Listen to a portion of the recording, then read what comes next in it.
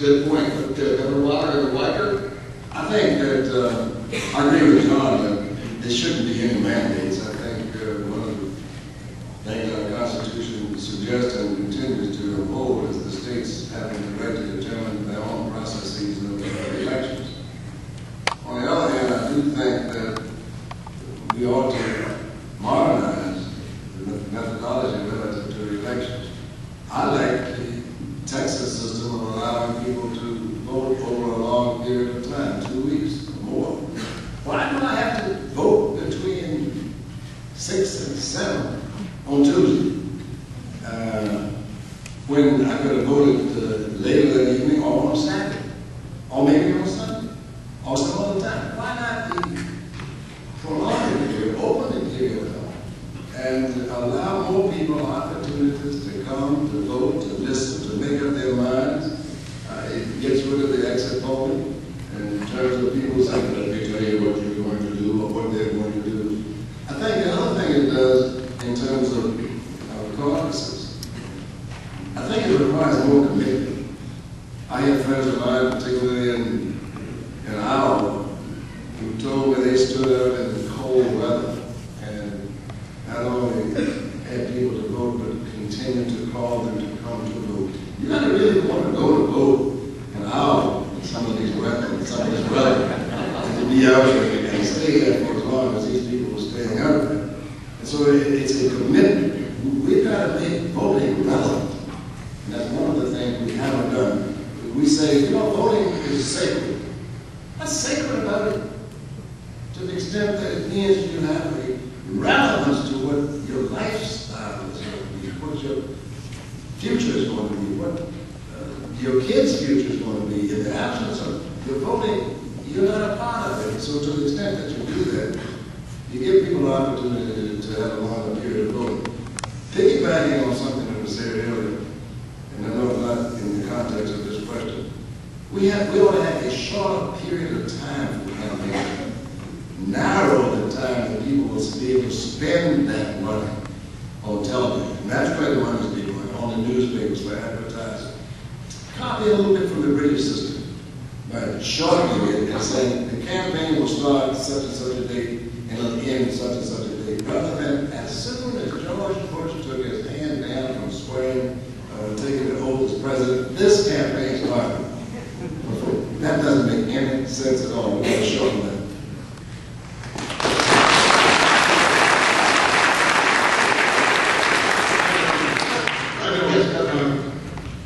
I don't have a choice between caucuses and primaries because, let's face it, they're geared toward whatever the needs of the Democratic and Republican parties are in their respective states.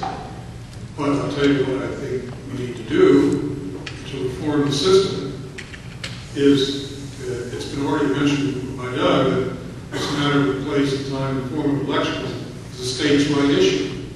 Well, there's a problem here. The fact is that 50 states have 50 different ways for a presidential candidate to get on the ballot. And unless your name happens to be Ross Perot or Michael Bloomberg, and you can go ahead and afford to hire teams of lawyers to run around the United States, no independent is going to get on the ballot. And I have a very strong feeling, as I said, without judging caucuses and primaries within the states, I would like to see a constitutional amendment that for presidential elections, there will be one standard as to how a candidate gets on the ballot of a state.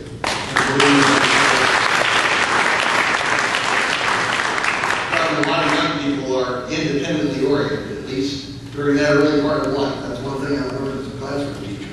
Now look, you all are, you're super panelists, you are super governors, you're super people, but I don't think you're super delegates, right? None of you are super delegates.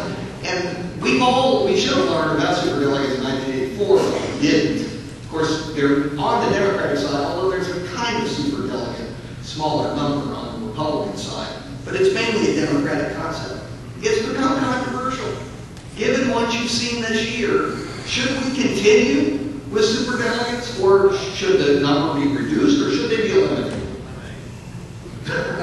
We've got an active member of the audience. Thank you, sir. Well, I certainly hope the Democrats continue.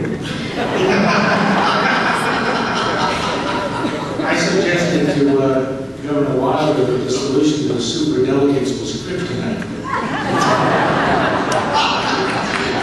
I'm going to steal that line, if that's okay. I think he's right. I think the connotation is vague. What makes you super? Either you are a delegate or you're not. And if you are a delegate, it's a tautology. It defines itself. You are a delegate of the authority of someone else. And who did that? The people who put you there. And who put you there? Your state, your locality. So it's almost reminiscent of all of the problems that the early electors had in determining how the electoral college was to go. Look at Thomas Jefferson and Abraham Byrd. How many times they had to go around and around and around and everybody else. And then people winning the popular vote and losing the electoral vote. I think, bottom line, superdelegates ought to be abolished. As far as the Democratic Party is concerned, they should do it and get it over with quickly.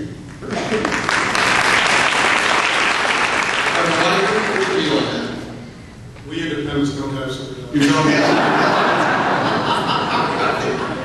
Well, we've got two votes essentially to do away with them, and one hoping from the other partisan perspective that Democrats keep them. Yeah, but frankly, I think that it is not a good thing for either party to have.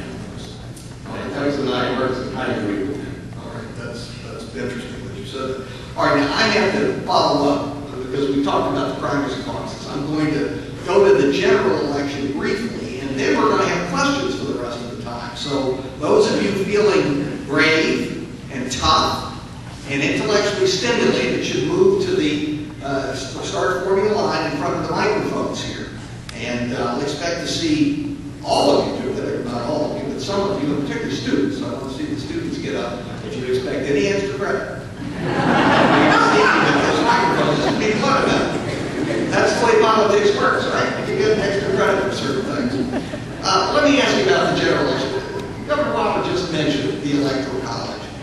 In the last 3 or 4 years, Gallup and some of the other major pollsters have asked about the Electoral College repeatedly, and somewhere around 70% or more of Americans just want it flat out abolished. They don't support it, they don't like the concept, and yet there are justifications for it. There are. I wonder where you three stand on the Electoral College.